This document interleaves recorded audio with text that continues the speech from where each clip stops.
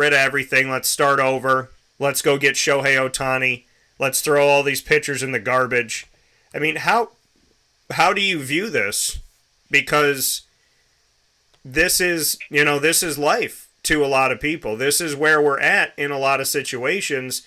The demand to always win and understanding that that doesn't always happen for everybody out there, yet there's this expectation, especially when we look at the New York Yankees, that they have to win all the time. Well, it's unreasonable, of course. For all those people who are saying that, look at the Yankees pitching staff. They lost 3 or 4 pitchers to the hurt list. They got one pitcher that they could count on every 5 days, or every 6 days sometimes, Garrett Cole, who I've said from the get-go is going to be the Cy Young Award winner for American League. That hasn't changed. Now, how can you look at this team objectively and see the older players that aren't producing anymore, and you see the pitching staff that hasn't produced at all? So how can these people who live in New York say, we're supposed to do this every year? Oh, you're not, because you don't have the right team to do it. Now, if they're going to go young, say that. We're going to go young. We're going to have 5 kids up next year. They're going to play. We'll lay down with those guys. We're going to have help for Garrett Cole. If these people can figure these things out objectively, they'll understand that the Yankees had no choice to lose. They just lost because they weren't good enough. Yeah. Well, and that's the thing. The New York Yankees, they are one of those franchises, right? You look at Notre Dame, you look at the Dallas Cowboys, there's an expectation every single season that these teams have to perform. They have to do well. And it's not that you shouldn't have the hope for your team, and it's not that you shouldn't have the drive and the dedication and determination. It's just ridiculous to think that this is going to happen every single year for the same teams. As good as you are, teams falter. And I think on the other side of it, we look at the Mets, PJ, and, my question to you goes to who had the worst season based on expectation? Going into 2023 specifically, just 2023, who do you think had the worst season based on expectation? The New York Yankees or the New York Mets? Because when we look back and we assess these teams, I want to remind everybody that the New York Yankees in 2022 had a season where they finished off here. This season they were 82-80. So, looking at how everybody finished based on the expectation, not based on the name, based on the expectation. Last season, the Yankees were 99-63, and the Mets were 101-61. So very close in record. But based on expectation coming off of 2022, who do you think had a worse season? The Mets coming off of 101-61, or the Yankees coming off of 99-63? Well, I think that's a good question. Again, you need to think this over a little bit before you answer if someone has an opinion. The Mets certainly are right up there with the Yankees when it comes to something like this. The Mets management went all in by bringing in 2, not 1, but 2 future Hall of Fame pitchers. They thought that those guys could carry them to the pennant. It didn't work. They were hurt. They didn't pitch up to expectations. At the end of the year, they got traded away. Now the Mets are in worse shape than the Yankees because at least the Yankees have young kids that are coming in to play, but they also need better pitching. To answer your question, both teams suck, but there's a reason for both of them. The Yankees pitching didn't hold up outside of Garrett Cole. The older players from the Yankees did not produce the way they should, not counting Aaron Judge. He's not even old. And number 3, the pitchers they brought in for the Mets and paid them gazillions of dollars didn't perform either. And so who's to blame for this? You got Pete Alonso on the Mets, and McNeil, who's a 300 hitter. Other than that, you don't have anyone driving any runs in. And now you gotta sit down this winter and figure out what do I have in my farm system and take the place of what I happened. I made all these bad moves. I need to rectify it. If I was a GM, that's what I'd be doing, and I would do it every single day because nothing's going to get by the other teams out there. Whatever you want, you need to do it and make a decision fast because, frankly, spring training is right around the corner. It doesn't last very long. So both of these teams are sorry, Daniel. Both of them. Well, and the thing is, and Greg weighing in here saying, the farm system is good with the Mets. The Mets' future is bright. And that may very well be the case. But the thing about the farm system is the farm system has to come through. The farm system has to produce. A lot of the things that we look at are based on hype, right? They're based on expectation. They're based on what we think is going to happen. But, these guys got to come through. Who gave the Arizona Diamondbacks credit this entire season besides me? I would love to see that list of maybe 4 people. It's when you look at it, because Greg asked me at the beginning of the season, and Greg, correct me if I'm wrong, but I believe that you said to me, over-under on the Diamondbacks getting 69.5 wins, and I said I'm going to not only take the over, but I believe they could get to 90 wins in the regular season, and they got to 84. So pretty darn close to my prediction there. The Arizona Diamondbacks, people say, well, they're young, right? They're young, they don't have pitching, they don't have this and that, but their pitching has gotten better. Zach Gallen, obviously people take a look at the ace, but their pitching's gotten better. Their rotation, the things that they do, and how they utilize their pitching against the Brewers was smart. They didn't have really anybody go out there and give up a ton, and I credit them with that, and the management for making good decisions when it comes to the Arizona Diamondbacks and their pitching situation. Now, beyond that, when I look at the Arizona Diamondbacks, I also look at the fact that people think about Corbin Carroll. But what about Christian Walker? What about Moreno that I was just mentioning? What about Marte? There's talent on this team that you have to pay attention to, and so people say, well, they're ahead of schedule. People look at the Baltimore Orioles and say the Baltimore Orioles are young and they're ahead of schedule. But these teams are not winning by mistake. They're not winning, by happenstance. They're not winning because they fell into it. They're winning because they're good. They're winning because they're strong. They're winning. We were talking about the Yankees and the Mets. What'd you say? I thought we were talking about the Yankees and the Mets. We are. But I'm coming full circle back to this. What I'm discussing with this is there are teams that are winning that people didn't give credit to, like the Diamondbacks, like the Orioles. And there are teams that people had high expectations of that are not winning, like the Mets and like the Yankees. So there's expectation versus who's actually producing. And this season, the Mets didn't produce on a season where I think people thought they were going to make the World Series. This season, I didn't think the Yankees were going to be exquisite. I didn't think that they were going to be unbeatable because the Yankees have a problem, PJ, that you and I have agreed on for many, many a day. What is the problem with the New York Yankees? Above everything else, it's one word. What's the problem? Pitching. Exactly. You have an ace, and that's all you got. You don't have any jacks. You don't have any kings. You got an ace. That's it.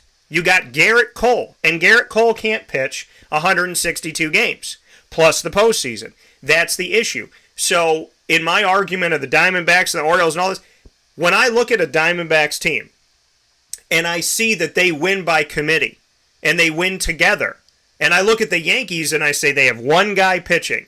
They got one guy to do it. And the Mets have Kodai Senga, a young guy. And outside of that, they don't have a lot else going on.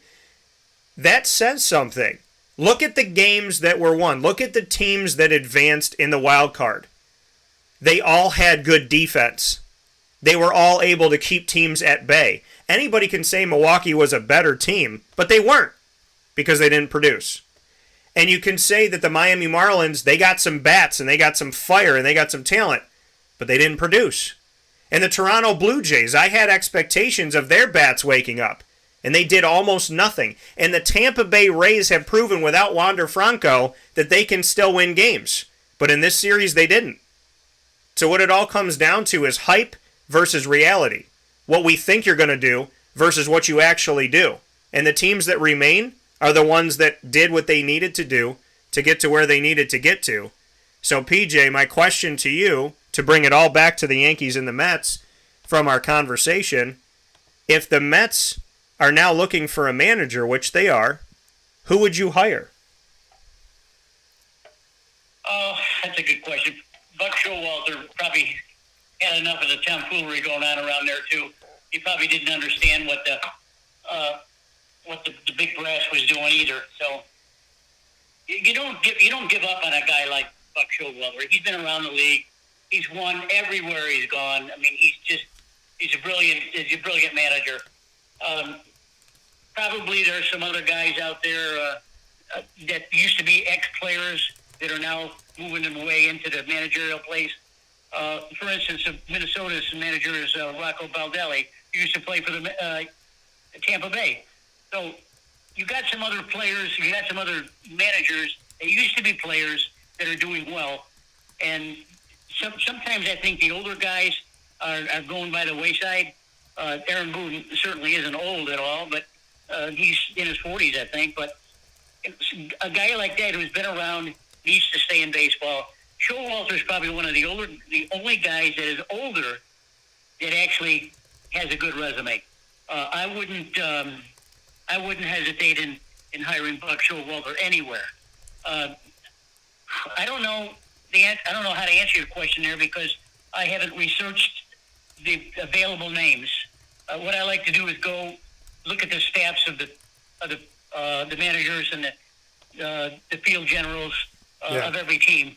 Then I pick out 3 or 4 teams or 3 or 4 guys from a division. Then I sort of whittle it down, sort of like a baseball playoff situation.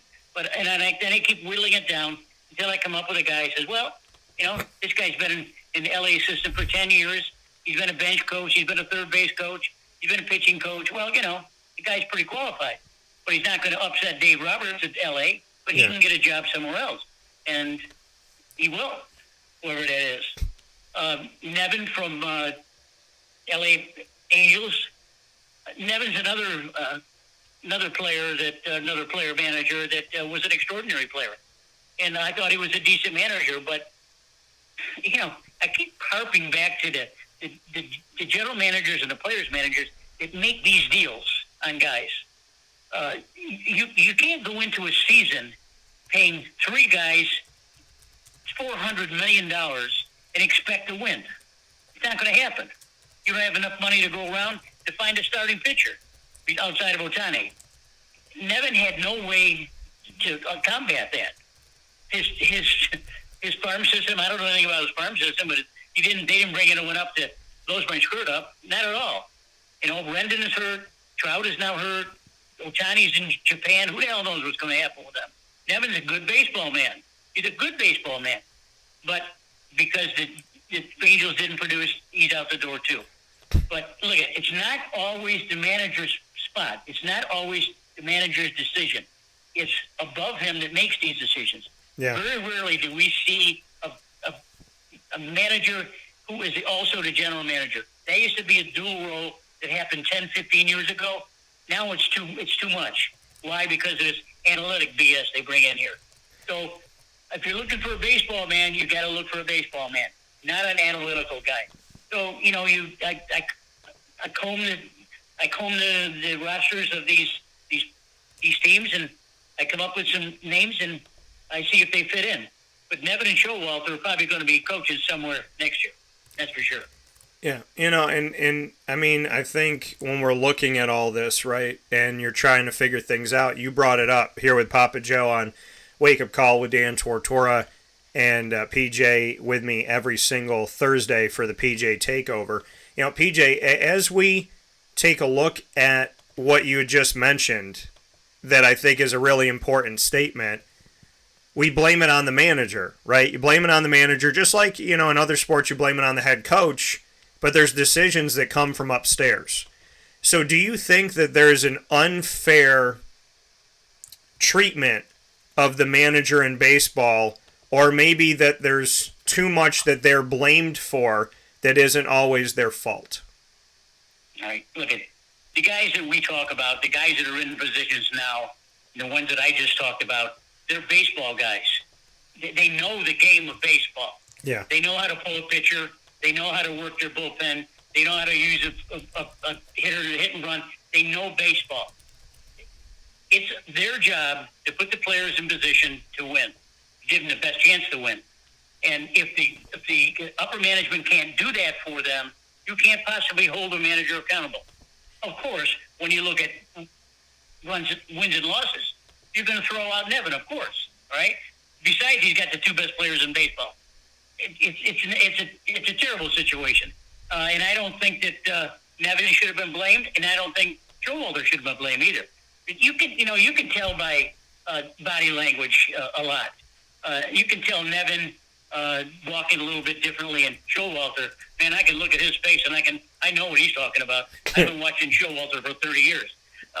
There isn't an easy answer to your question. The only thing I can say is that the men that are put on the field to run your team are baseball men. They know the game of baseball, so they're only trying to put the players that they have on the field to win. Not who they should have, but who they have. Not who they want, but who they have. Yeah, coming from Papa Joe here on Wake Up Call with Dan Tortora, discussing the Mets, the Yankees, the teams that are in the divisional series now, and taking a deeper look at other things that are out there. There's poll questions that are up on our former Twitter. Now it's called X, @CallDT.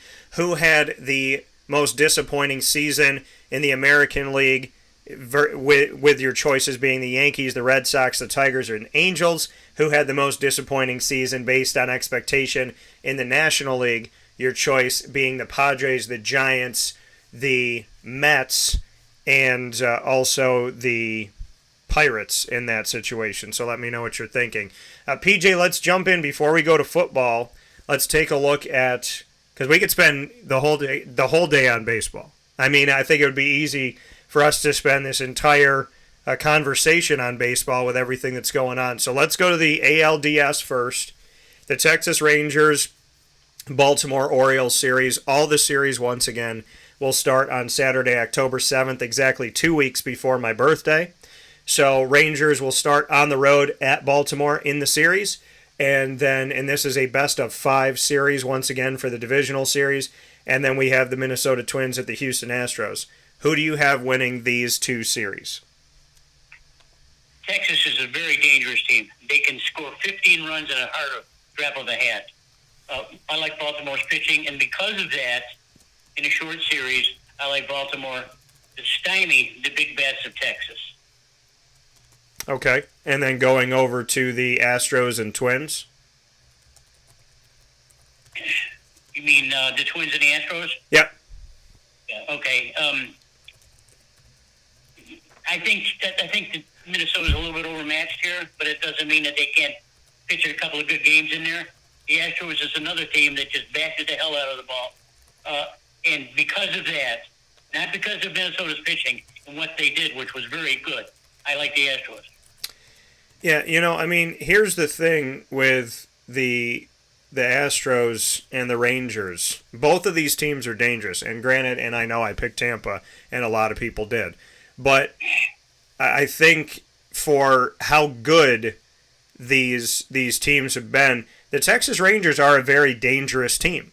But Baltimore still doesn't get any respect, in I think in certain circles, because Baltimore's even though they're the number one team in the American League, they're like the new kids on campus, right? They're not the ones that are typically here in the postseason.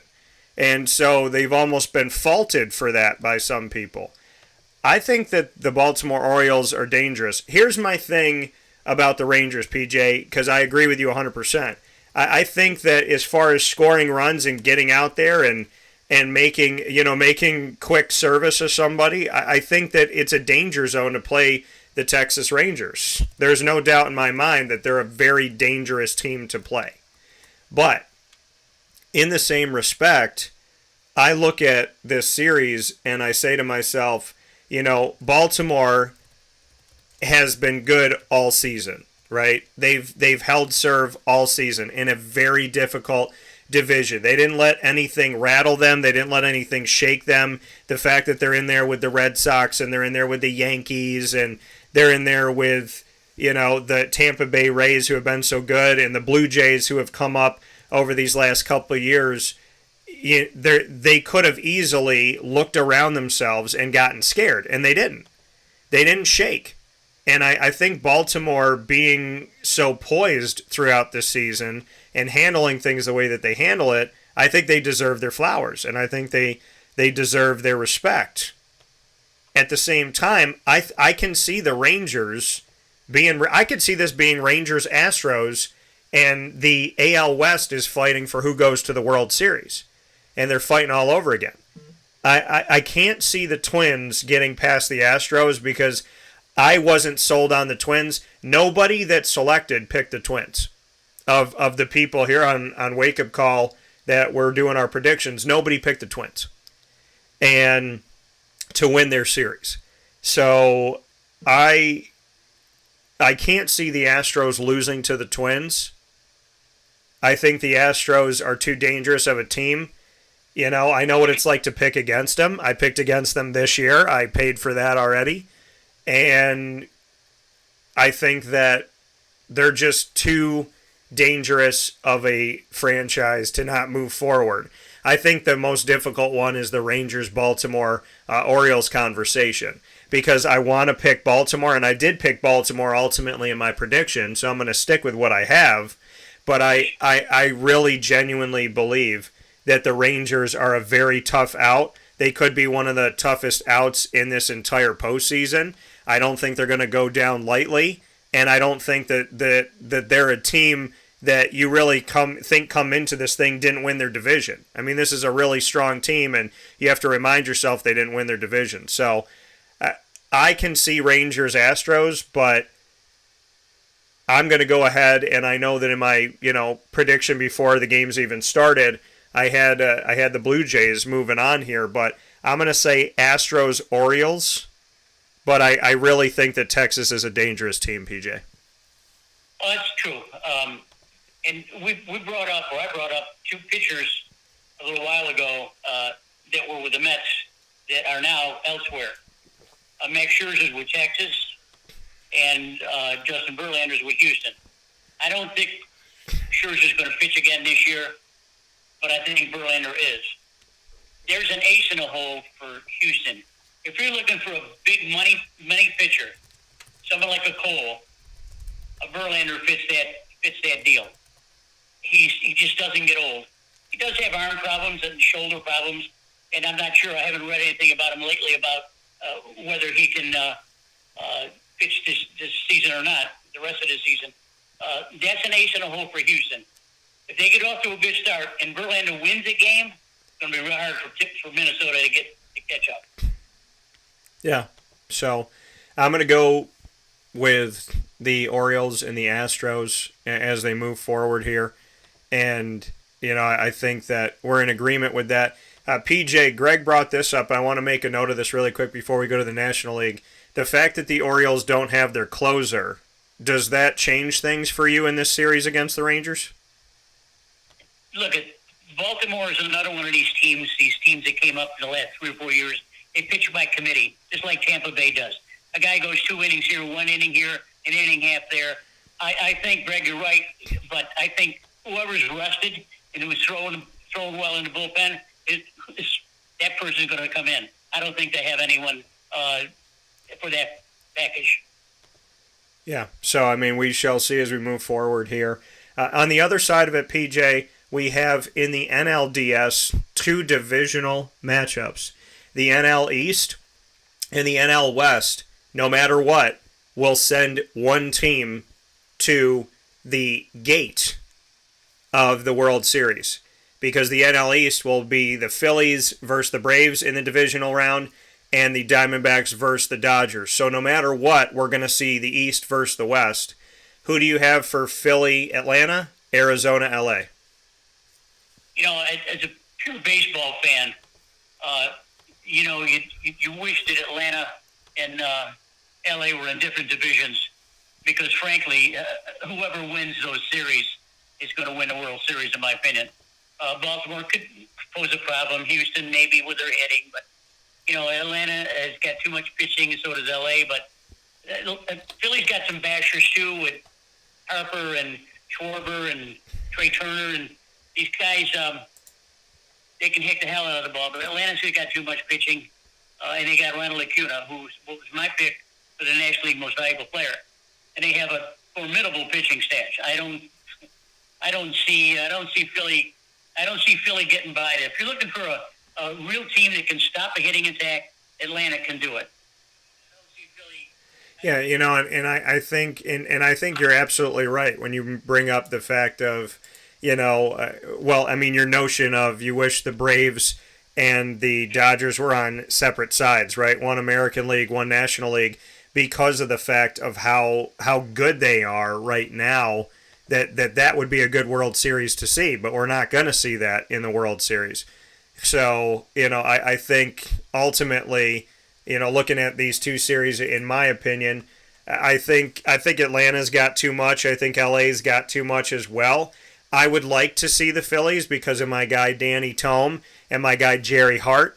So I want to show y'all love. I know you're big old Philly fans, and so if Philly makes it, I'm going to be super excited for you. On the Diamondbacks side, I would love to see my Diamondbacks, right? But I said it's a cardinal sin in broadcasting to be partial. You cannot be partial. You have to make an impartial decision. And impartially looking at both of these teams, between the Diamondbacks and the Dodgers were the biggest threat to the Diamondbacks' success in the division this season, and I think they're the biggest threat to them moving on.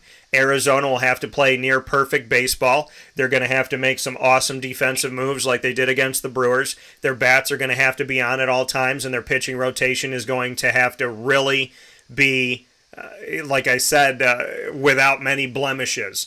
So I think the Dodgers can score on you quick. I know that their pitching is dangerous. We've seen that over the years. So I have the Dodgers and the Braves. That's what I had in my original prediction. And, I still see that here now. I want to be wrong with Arizona, of course, because I love my Diamondbacks.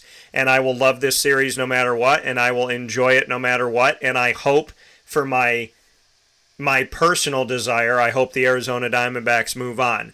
But as a broadcaster, I think that the Dodgers and the Braves have too much.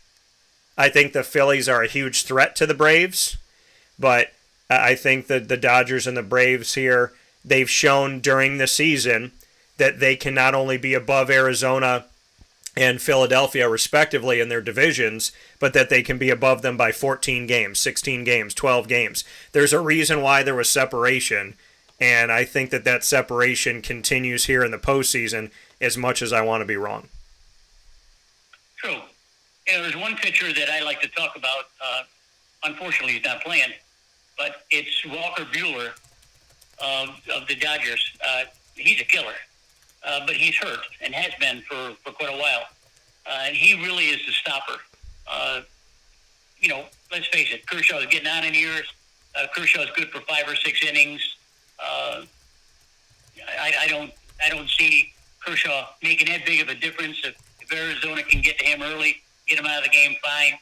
But Buehler, he won't be coming back until the end, until next year, hopefully.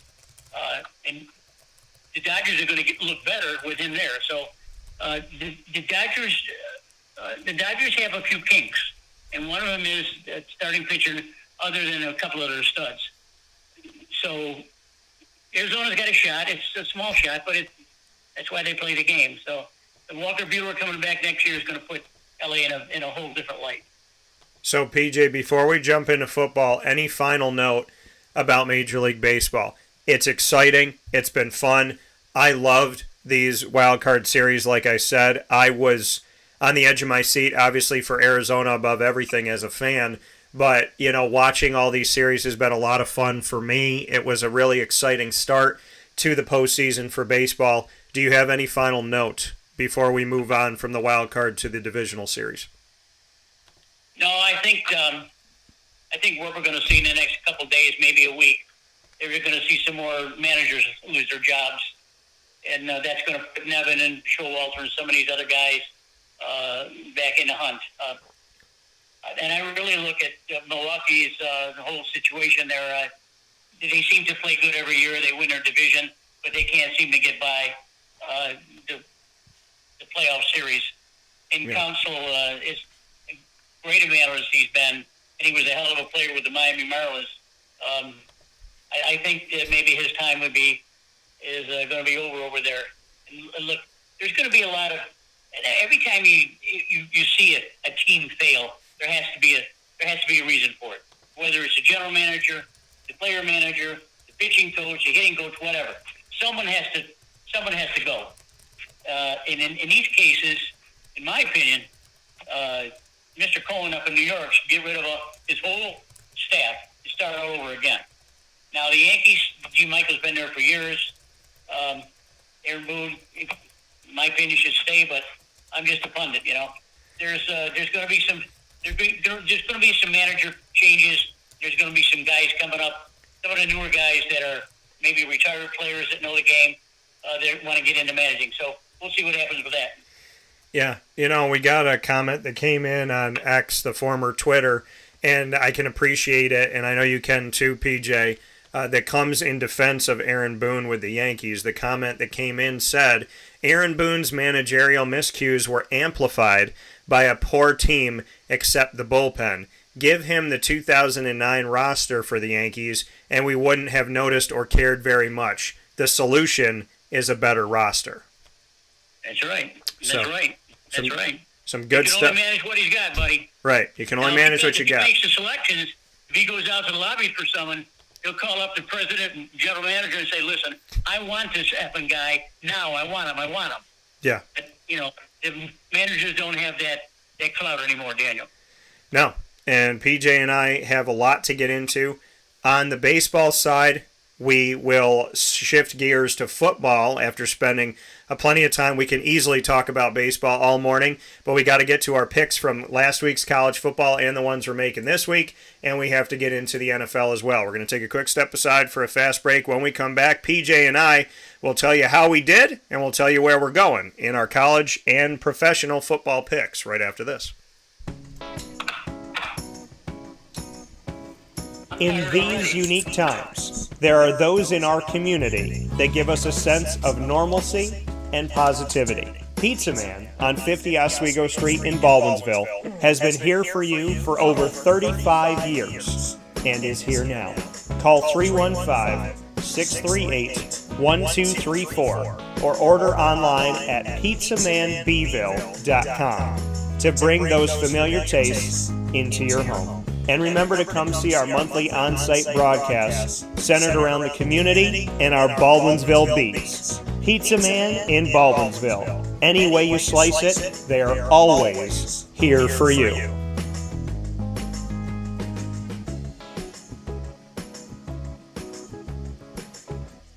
I'm George Townsend of Honda City with some good advice when buying a new car. The true cost of owning a new car is determined by the appraised value when you trade it. No vehicle appraises higher than a Honda. Next, look for low APRs and deep discounts. You also want low maintenance costs and great fuel economy. That's why my advice to you is to buy a new Honda. Looking pre-owned, visit our Honda Certified Used Car Center. Honda City, 7140 Henry Clay Boulevard, Liverpool, or HondaCity-CNY.com. It would be a pity if you don't shop at Honda City.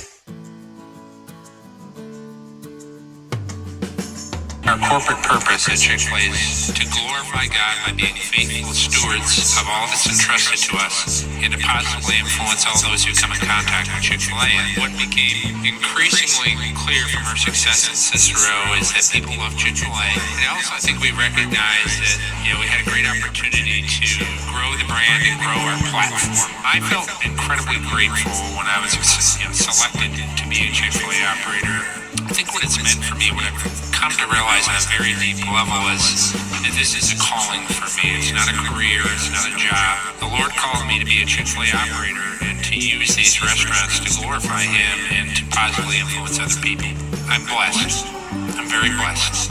Head to Chick-fil-A Clay on 3974 State Route 31 in Liverpool, New York.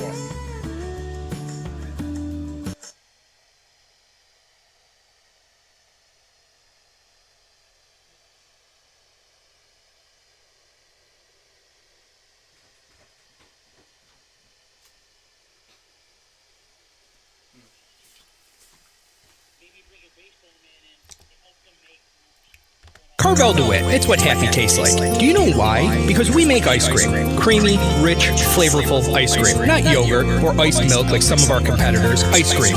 Fresh, by hand, daily. For the calorie conscious, we have something new for you. Our new Carvelite. Same great flavor, creaminess, and texture of our regular ice cream with only 35 calories an ounce. So whether you want an ice cream cake, flying saucer, dasher, carvelange, hard or soft ice cream, we will satisfy your craving with our fresh, handmade regular or new Carvelite ice cream. Carvel DeWitt. It's what happy tastes like. The Wildcat Sports Pub in Camillus, New York is located on 3680 Milton Avenue in the Home Depot Plaza.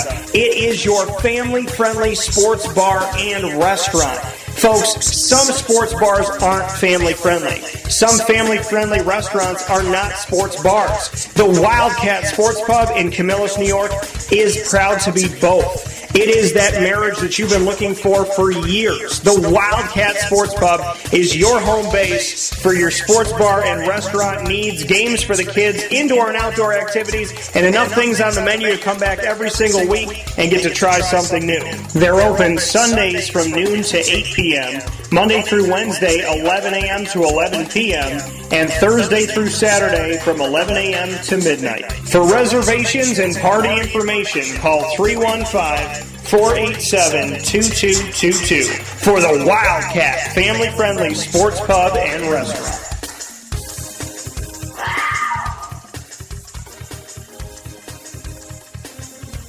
GG Cards and Breaks. My comic control. GG Cards and Breaks, your premier sports card shop. You need to get out there any single day of the week. They are open Monday through Saturday from 10 a.m. to 6 p.m. and on Sundays from 10 a.m. to 5 p.m. on 639 Delmar Place in Syracuse, New York. GG Cards and Breaks is the difference. They have so many amazing things within their store, but what truly sets them apart from everybody else is their care and their love for the hobby itself. They just don't own a sports card shop. They collect sports cards. They do box breaks all the time. They're constantly improving their collection and having fun with everything that they do. You got to be around people that are passionate about what they're doing, because then it's not a job. Then it's truly something that's fun and exciting and a piece of who you are. And GG Cards and Breaks knows exactly what that means. From Josh to Anthony to Joel to Alex and the entire crew at GG Cards and Breaks, you can tell how much they love the hobby and how many memories they have growing up as kids and now being big kids. So when you come into GG Cards and Breaks, it's a different experience for all the right reasons. And I look forward to you coming in there and finding some great stuff. I've had an awesome time with everything that we've done and all the box breaks, and you can go and watch all those videos on youtube.com/wakeupcalldt. We've had an incredible time, and I actually got in a box break, in the tin break we did, the best card I've ever pulled from anything. A rookie Kenny Pickett, downtown Kenny Pickett, and the card at the time I pulled it was worth $750, and I pulled it from a $40 tin. So make sure you go out to GG Cards and Breaks, get those boxes, get those packs. Let's see what you get today at 639 Delmar Place in Syracuse, New York. With that being said, here on Wake Up Call with Dan Tortora, where sports meets that thing called life, we got Papa Joe here this morning because if it's Thursday, it's PJ time, and PJ and I are going to go look back at our college football Week 5 picks of the games that we selected. How many of these games did we get right? Our records have been coming through pretty nice this season. We've done well in our records, and hopefully that'll continue for us here as we take a look back at Week 5 in college football. and who we had winning. Now, Louisville at NC State in this matchup, PJ and I both took Louisville, and we were both correct. They won 13-10 in a very close matchup there. So I'm going to go ahead and circle that one for us. BYU defeated Cincinnati 35-27, so we got that one correct. Go ahead and circle that. The first time they faced off against each other as both members of the Big 12. And then from there, let's go take a look at the USC game. Colorado had a comeback. I know PJ and I will talk about that momentarily, but USC defeating Colorado 48-41 after USC looked like they were going to run away with this game. Texas A&M to go in and see their game against Arkansas. They won that one 34-22, so PJ and I got that one correct as well. The Georgia Bulldogs were able to move forward here and get their victory as we look back on Georgia's game here. And I want to make sure that I pull that up here for us. So Georgia defeating Auburn 27-20, so we got that one correct. Go ahead and circle that. The Texas Longhorns defeated Kansas 40-12, so we got, or 40-14, I should say.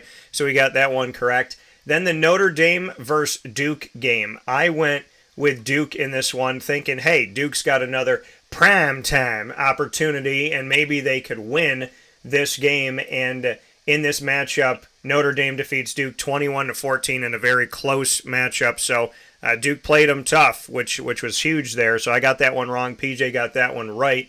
And then we'll look at South Carolina, the Gamecocks, who have tried to play spoiler and have been successful at playing spoiler to some teams as of late in recent history here. The South Carolina Gamecocks, could they do it again to Tennessee? They did not. Tennessee won 41-20, so PJ and I got that one wrong. And then we'll take a look at the Alabama game over Mississippi State 40-17. We both got that one correct. We picked Kentucky over Florida. Sad face for PJ. We got that one right. And then PJ picked Clemson, and I picked Syracuse, so I got that one wrong. So PJ had, let's see here, 5, 6, 7-1, 8, 9, 10-1 this week. So our records continue to be high. PJ is 10-1 this week in his predictions. So I'm going to go ahead and put that here on our list here so we can keep our running tally. And then on my side of it, we have 5, 6, 7, 8, and 3 for mine. So stay on the right side of things here, PJ. Any notes that you want to make before we pick college football's week 6 games that we have coming up? I know you want to talk about that USC-Colorado game. Oh, boy, that was a fun game to watch, I'll tell you. I got to say, I've been very apprehensive about Deion Sanders and what he does and how he talks and how he handles himself. But the one thing I can certainly say is his son's a hell of a quarterback. That kid's got more balls than anyone I've seen in college football this year. This kid's a winner. And you NFL people out there, you need to listen to Papa J. This kid can play. So I don't care where he goes or how he gets there, but he's a player. And frankly, I think that Deion's going forward here with his team, I think that he's probably going to be favored in the rest of the games. And I like to watch the kid to play. He's unflappable. He doesn't get mad. He's a solid quarterback. I mean, you know, Caleb Williams is certainly the best quarterback in the league. There's no doubt about it. And in football. But tell you what, Jared Sampson was right there behind him. Yeah, and, you know, I think that definitely when we look at Colorado and the way that they played, the way that they surged back against USC, you have to give them a lot of credit for that. And, you know, it says a lot about their character. That game looked like it was well out of reach early for this team. You go back and you reflect on it, and this game was 34-7 in the second quarter. It was 34-7 advantage USC in the second quarter with 2:54 to go before halftime. With 21 seconds left, Shedeur Sanders had a 25-yard quarterback keeper that made it 34-14. Then in the third quarter, it was 48-27 and started off 41-14 in the third quarter with 7:14 left when Brendan Rice had a 6-yard pass from Caleb Williams that he caught. So to make this a game, Colorado scored the final 2 scores of the game, 2 touchdowns in the fourth quarter by Amarion Miller and Jimmy Horn Jr. to make it 48-41 with 1:43 left to go. This game was USC's game, and Colorado coming all the way back the way that they did truly should open your eyes, because the way they played against Oregon, people are like, oh, okay, they were brought back to earth. But then the way that they played against USC, we're like, oh, okay, maybe they're still in the stars somewhere. So give a lot of credit to Deion Sanders and to the Colorado Buffaloes, the fight of everybody on this team. A lot of love to them and much respect to them. And so I got, and I'm still getting some people talk about Aaron Boone on here as well on X, the former Twitter. So that's why you heard me laugh just now, because some people are like, hell no, get rid of him, and other people are defending him. So interesting here. I hope they're asking him to come back. What'd you say? I hope there's more pros and cons on those comments. Yeah, there's definitely more pros than cons on him coming back here. So we will see what ends up happening as far as this goes. But the voting rate, let's look at the voting right now. 78.9% of you still want to see Aaron Boone go. 21.1% would like to see him stay. So we'll see how it shakes out here for the New York Yankees and Aaron Boone. PJ, let's go into college football week 6. It's time to make our picks. Congratulations to you on your 10-1 of this last week, and I got 8-3, so staying on the right side of things. Football has already started this week because we're getting the MACtion back. The MAC is playing early. We're seeing other schools at Conference USA and whatnot play early as well. So we had some Wednesday night football games. Jacksonville State defeated Middle Tennessee 45-30 on the road, and FIU lost on the road to New Mexico State 37-14. There's 2 games tonight. There's 2 games Friday night, and I'm going to jump us right into Saturday as far as our predictions go. Oklahoma at Texas, the 2 teams that will face off for the final time this season as Big 12 opponents. Next year, when they face off against each other, they'll be doing it in the SEC. What do you have for this one, PJ, that will be played in the Cotton Bowl in Dallas, Texas? Oklahoma at Texas, playing inside of the Cotton Bowl. Who do you got? This is going to be a good game right here. Texas is given 6 points, so Oklahoma's going to have to win by more than that. Texas looks like they're really coming in their own. Last year was a little bit shaky for them. This year, I think they got an outside shot to get the way they want to be, which is the college football championship. I like Texas. Yeah, I mean, I think this game can go either way, but I'm less sold on Oklahoma, especially. Right. What'd you say? You're right. It can go either way. Yeah, I mean, I really think this game can go either way. I mean, looking at Oklahoma this season, they haven't played a ranked team up to this point. And so, they've been blowing out teams. None of those teams ranked. On Texas's side, Texas to me has had a little bit more of a journey, I would say, as an understatement. Kansas was ranked, and they faced off against Alabama on the road and beat Alabama 34-24. I think Texas is more battle tested to their 5-0 than the Oklahoma 5-0. So I'm gonna lean on Texas in this matchup to get the victory as well. I just feel like Texas is, at this point in the season, they have had more of a test and more going on. I think Oklahoma is still playing that cupcake schedule, and I think they're going to run into an issue here with Texas when Texas, this is a team that's beaten Alabama on the road, says a lot about them.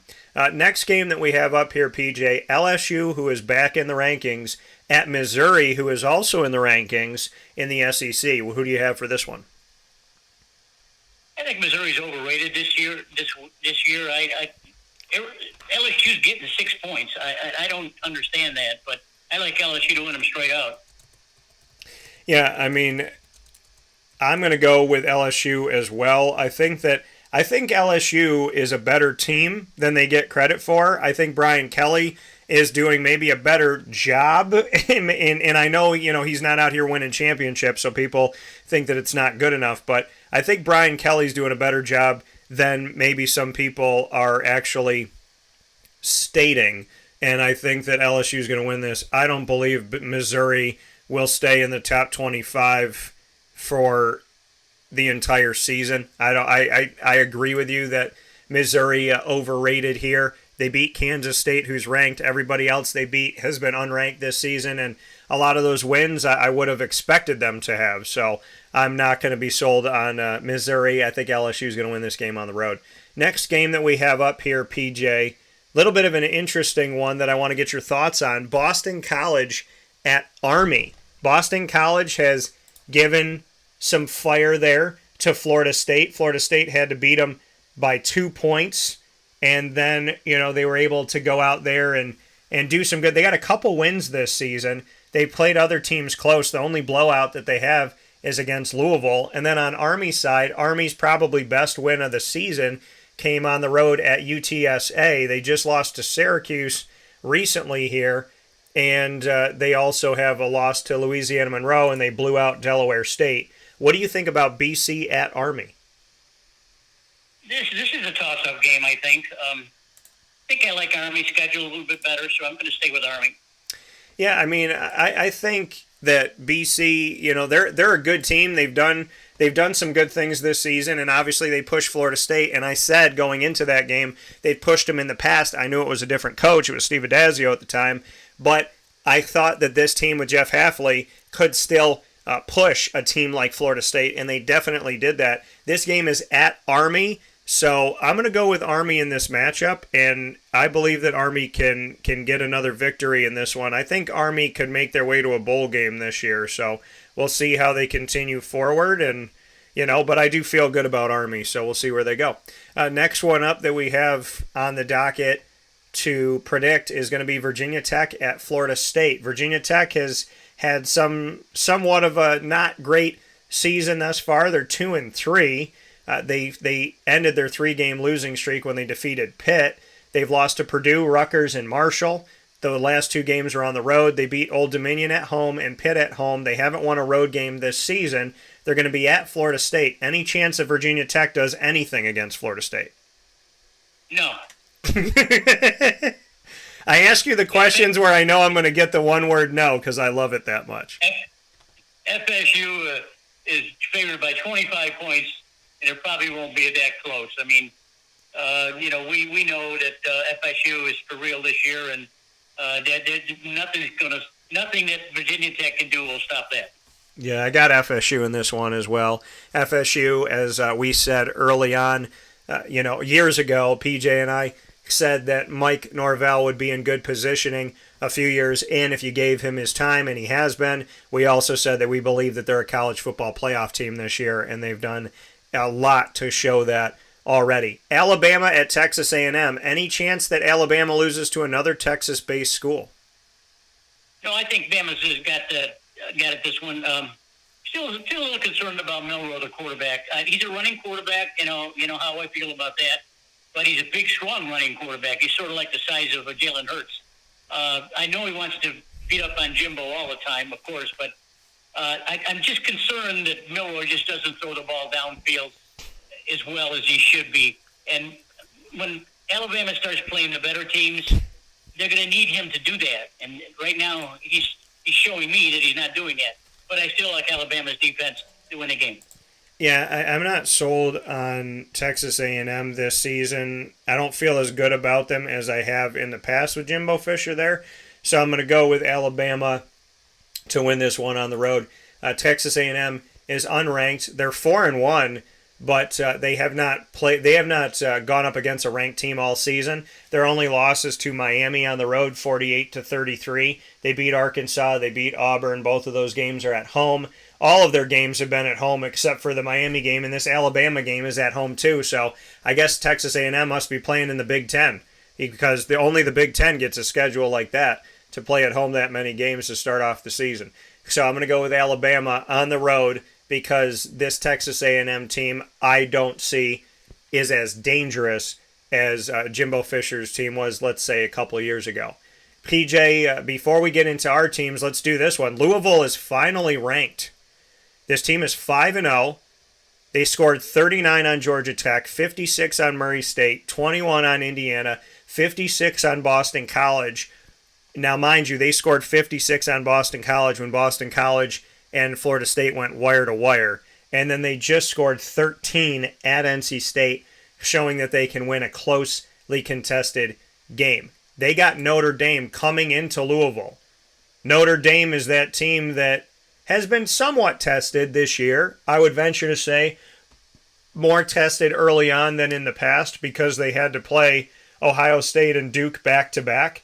What do you think about this one? Is it Notre Dame or is it Louisville? This game will be played in Kentucky. I've been watching Louisville for the last couple of weeks, and they're playing with what I like to call speed, fast. They play fast, and I think that they play a little bit faster than Notre Dame. This game is ripe for an upset, Daniel. We know that Notre Dame is overrated every year, and I really think that Louisville can win this game straight up. Yeah, I'm going to go with Louisville in this one, too. Louisville, I think, has been pushing and pushing to show the country who they are. They're going to be on ABC live at 7:30 p.m. Eastern Time this Saturday, October 7th, and you'll have the opportunity to see them in real time. I think Louisville's, they're so dangerous and they can score in bunches and that speed that you were talking about. I don't know if Notre Dame can keep up, so I'm going to pick Louisville to win this matchup. Arkansas at Ole Miss. Ole Miss is still ranked in the top 20 at 16. Any chance that Arkansas trips them up, or does the Lane train continue to be successful here? The team is 4-1. Their only loss is on the road at Alabama. They defeated ranked LSU at home. They defeated ranked Tulane on the road in their other two ranked wins, and they defeated Georgia Tech and Mercer at home, who are unranked. Any chance that we see a trip up for the Lane train, or is he going to be okay? Ole Miss is favored by 10. You got to give Lane Kiffin credit. I mean, he's a Texas gunslinger, is what the hell he is. I mean, he has more coordinations and more play calls than you can shake a stick at. He does things inordinately. Let's put it that way. But he's good. He's just good this year. To answer your question, no, Arkansas can't keep up with Ole Miss. Yeah, so I'm going to go, I'm going to agree with you here, and I like putting it on the board because it says Ole when I put it up there like that. So we're both going to go Ole Miss and keep it with the Lane train. Georgia Tech's had themselves a pretty good season. Despite being 2-3, they have been competitive. Any chance that Georgia Tech finds a way against a Miami Hurricanes team that's looked pretty good this season as well and is ranked number 17th in the country? Miami is 4-0. They've had a bye week. They defeated Texas A&M at home, who is ranked 48-33. Their other wins are against Bethune-Cookman, your alma mater, Miami of Ohio, and on the road at Temple. They've put up no less than 38 points on their opposition and as many as 48. Any chance Miami loses to Georgia Tech? No, I don't think so. I think Miami is starting to come in its own this year, but they're going to have to go through Florida State. That and Clemson. So Miami's going to have to keep their claws nice and sharp. So I like Miami. Yeah, I'm going to go with Miami in this one as well.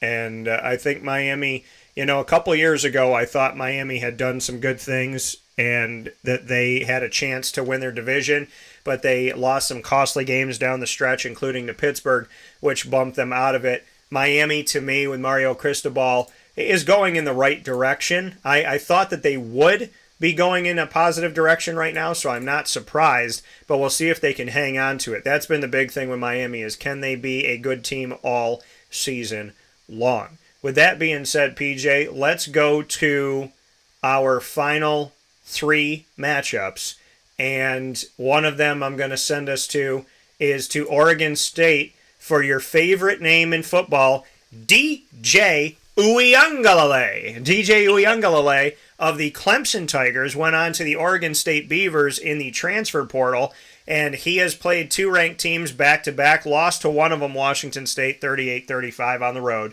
beat Utah at home 21-7. Are the Oregon State Beavers, who still don't have a home as far as the future of where they're going to be conference-wise, do the Oregon State Beavers continue to impress on the road at California? Or does California, who is a future ACC team, believe it or not, and this West Coast team will be playing up against teams like Syracuse that are almost 3,000 miles away. What are your thoughts, PJ, with Oregon State at California? Well, poor Oregon State. They're like a waif, They're like a kid that's homeless. I like Oregon State. I think that they play fast, just like Oregon does. Yeah, I mean, Oregon State, I'm going to go with them in this matchup as well.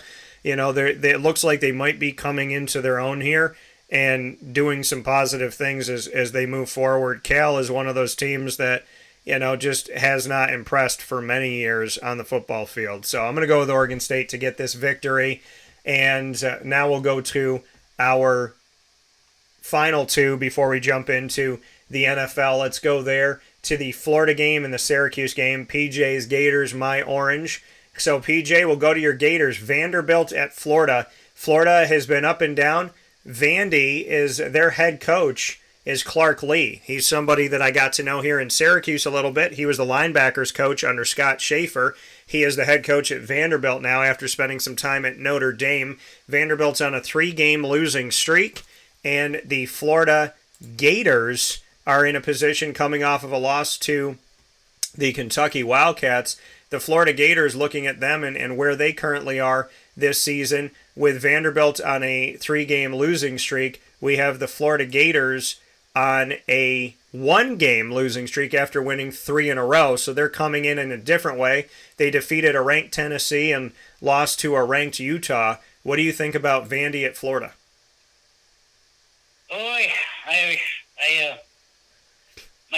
My Gators are a mess. They're a mess. They can't play physical.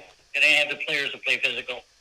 Kentucky proved that last week, that a good physical team beats up on Florida just like they did last year. And Kentucky-Georgia is going to be a hell of a game, by the way.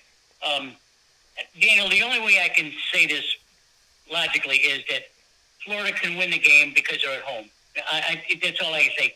I don't like their offense. Their defense is playing as well as they can. They certainly have the athletes. They have the number 4 recruiting class this year coming in, but they're just not gelling. I don't know if Coach Napier is on the fence or what. I don't get too much information coming from Gainesville that's bad because no one likes to write about Florida or Coach Napier. So I'm just going to say Florida can win because they're at home. Let me ask you this question, PJ. If Florida loses to Vanderbilt, what will you do? Oh, geez. I don't know what I would do. Yeah. Oh, gosh. Oh, that's ungodly, Daniel. I don't know what I would. I would probably have to write. I have to write a letter to Coach Napier. That's what I would do. Yeah, I'm going to go with the. I've been known to do that. Yeah, so I mean, I want to see that letter. I really do. But at the same time, I'm going to pick the Florida Gators to win this game. Like you said, they're at home, so I would like to think that they could do this. The tickets in Gainesville, believe it or not, for an SEC Florida Gators matchup are $32, as low as $32. Crazy. If you want a cheaper ticket, though, you can go to Akron, where Northern Illinois is going to play Akron for $9. So that's a steal. The Syracuse Orange are going to be on the road at the North Carolina Tar Heels. Syracuse just suffered their first loss of the season at home against Clemson in a game where they beat the hell out of themselves. And I agree with Garrett Trader, the quarterback of the Syracuse Orange, that said, hey, we beat ourselves in this game. And they absolutely, positively beat up on themselves here, made a bunch of blunders, and now they got to face North Carolina, who has had a bye week. North Carolina is 4-0. So your thoughts on this one, PJ? Do the Syracuse Orange get a victory over North Carolina on the road, or do they do what they did a few years ago during COVID in 2020 when they lost to Sam Howell? Do they go in and face Drake May and lose to North Carolina? Yeah, I watched this game for the most part, the Syracuse-Clemson game, and I thought that Syracuse played pretty well. They should have won the game, no question about it. North Carolina is getting 9 points with the gamblers out there. I think Syracuse covers. I think Syracuse wins this game. Yeah, I mean, Syracuse, listen, North Carolina, they've been close to playing for an ACC championship, or they've played for an ACC championship, but they've had blunders in Mac Brown's return. They've had moments where there is this expectation, just like Miami, where they did not get it done. Now, North Carolina's back in the good graces of the rankers of the media and the coaches' polls. They're in the top 3 of the ACC. Believe it or not, the ACC standings right now, and this is not football, or this is not basketball. The ACC standings right now are Louisville, Florida State, North Carolina, Duke. Those are your top 3, or top 4. Then Virginia Tech, then NC State, then Georgia Tech, then Clemson. Clemson is in the bottom portion right now as they have a record of 1-2 in the conference. There are teams that have not won a conference game. Syracuse, they only played one of them. They're 0-1. Wake is 0-1. Pitt and Virginia are 0-2.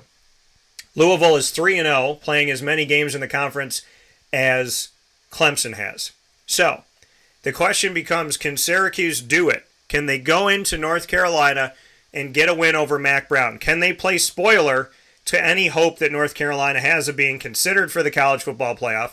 Can they have any hope of getting above North Carolina and being 1-1 and rising all the way up the charts here in the ACC standings to be above the Tar Heels? Well, that question is a tough one. And Syracuse definitely has the capability of playing spoiler. But I believe in this matchup that North Carolina has a little bit too much and Syracuse falls in this game, losing 2 in a row. And North Carolina... Daniel, that's blasphemy. You can't do that. Hey, I said as a broadcaster, you got to be impartial. So my impartiality tells me that... Listen. Go ahead. There's one. The game of the week is Kentucky at Georgia. I don't know if you want to cover that or not. Yeah, no, we definitely should. I was looking at maybe going to Michigan, but yeah, we can go to this one and cover that one for sure. So let's go ahead and do that. Let's jump into that one here and do one more game. But yeah, I'm going to go North Carolina with an edge over Syracuse. Again, I hope I'm wrong. I really hope that I'm wrong. So let's do the last game here, PJ, before we jump into the NFL. And that game is going to take us to that Georgia matchup, like you said, and the Georgia Bulldogs up against Kentucky in, I would agree with you, game of the week, Sanford Stadium. The lowest ticket price is over $100. The game will be on ESPN at 7 p.m. Eastern Time. Number 20, Kentucky at number 1, Georgia. What do you got? After watching the dismal performance of Florida last week, I only saw the first 2 drives of the game, and I knew right then and there that Florida didn't have it.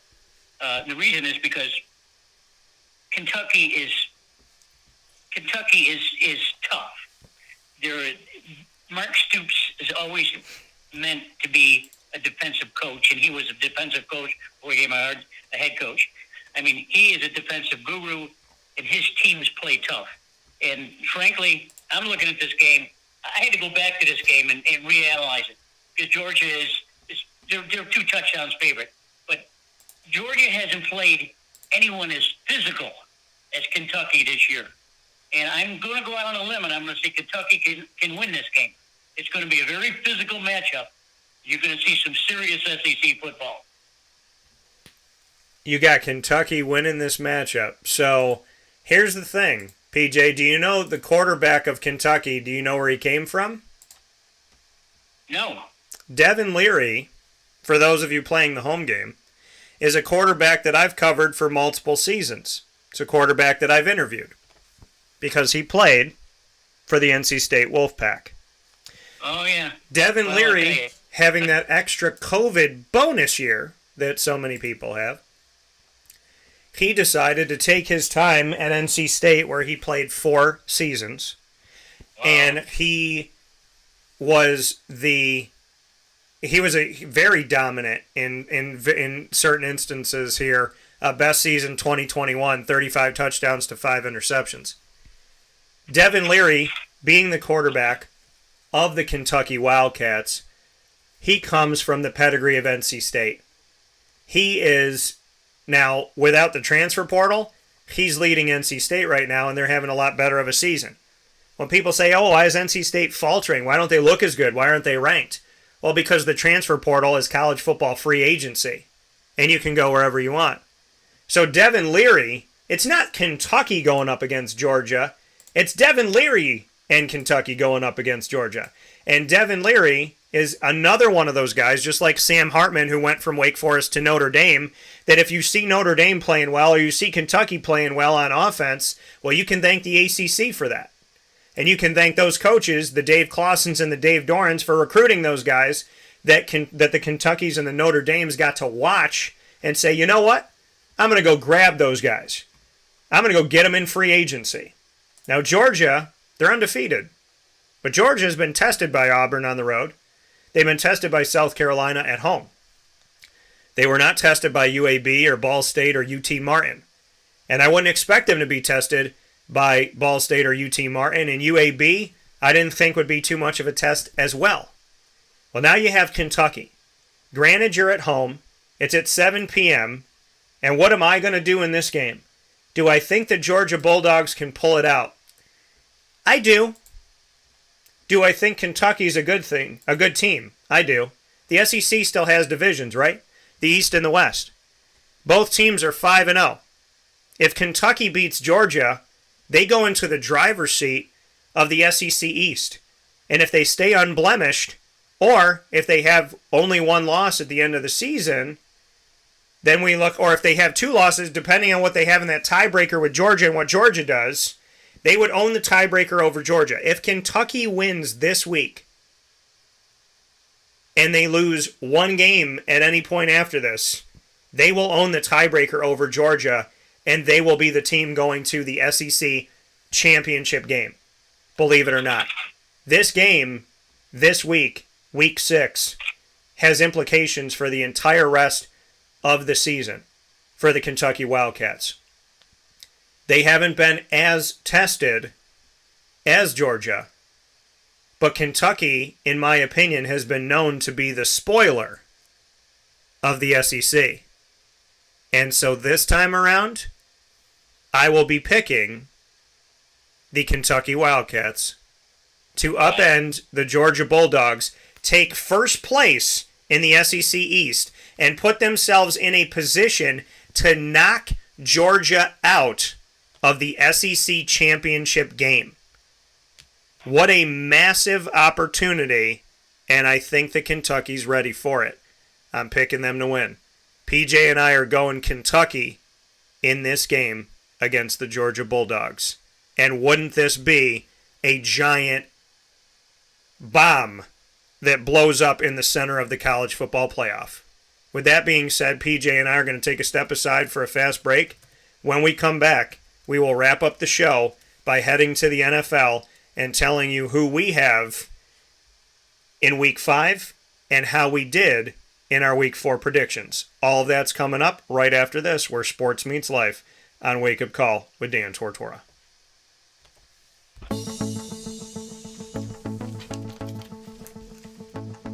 Avicoli's, located on the corner of Route 57 and Wetzel Road in Liverpool, New York, has been your trusted neighbor for decades. Located just steps from Liverpool High School, we're happy to have the Liverpool Warriors on-site, on-location broadcast at Avicoli's through Wake Up Call with Dan Tortora every single month, featuring student-athletes, coaches, and administration throughout the year from Liverpool High School. Head out to Avicoli's today on the corner of Route 57 and Wetzel Road in Liverpool, New York, open Tuesday through Sunday for lunch, dinner, and drinks. We'd love to see you out there, and of course you can call them at 315-622-5100 for takeout, delivery, and catering. That's 315-622-5100, and also find them on myavicolis.com. That's myavicollis.com.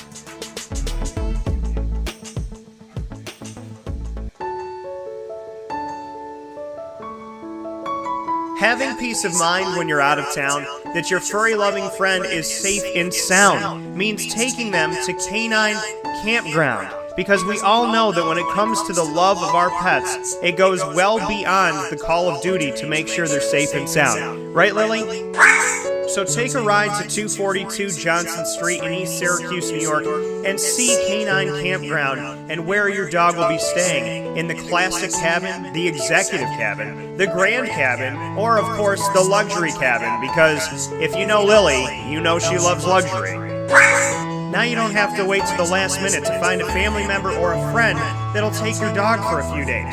Call Canine Campground at 315-299-4013. That's 315-299-4013. Their drop-off and pickup times are Monday through Sunday. Check K9campground.com for more information. That's the letter K, the number 9, and campground spelled with a K.com. K9campground.com. When you're going out of town, bring your dog to Canine Campground.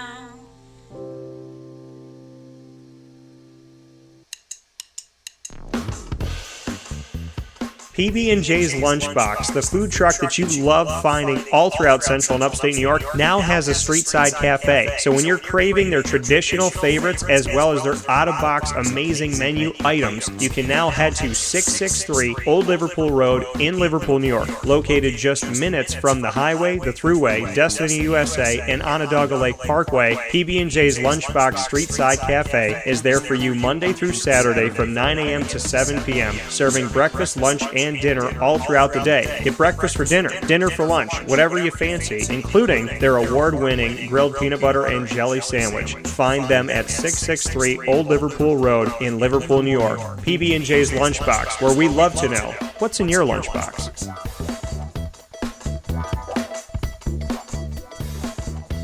This is a special message from 317 at Montgomery restaurant owner Joel Carpenter. Open Tuesday through Saturday for your dining pleasure on 317 Montgomery Street in Syracuse, New York. We wanted to be a part of the resurgence of Syracuse. We saw a lot of money being put into bringing people back downtown and thought that, we'd like to be a part of that. I love putting together a good dish where people see it first, they fall in love with it, and then it tastes just as good as it looks. We want to provide the best food in Syracuse that we possibly can, and we want you to leave here talking to your family, your friends about what you had to eat first and foremost, but also our service, and to walk out feeling like you're part of our family. I work out in the front of the house a lot, and I love walking to every single table, asking them how everything is, and people looking at me and smiling and saying, this is the most amazing short rib I've ever had. This is the most amazing filet I've ever had. And Donna is great. Sarah's amazing. Thank you for coming over and talking to us. And then them just being truly happy for the experience that they've gotten. 317 at Montgomery Restaurant, part of the fabric of downtown Syracuse, located on 317 Montgomery Street in Syracuse, New York. Open Tuesday through Saturday for a unique and memorable dining experience.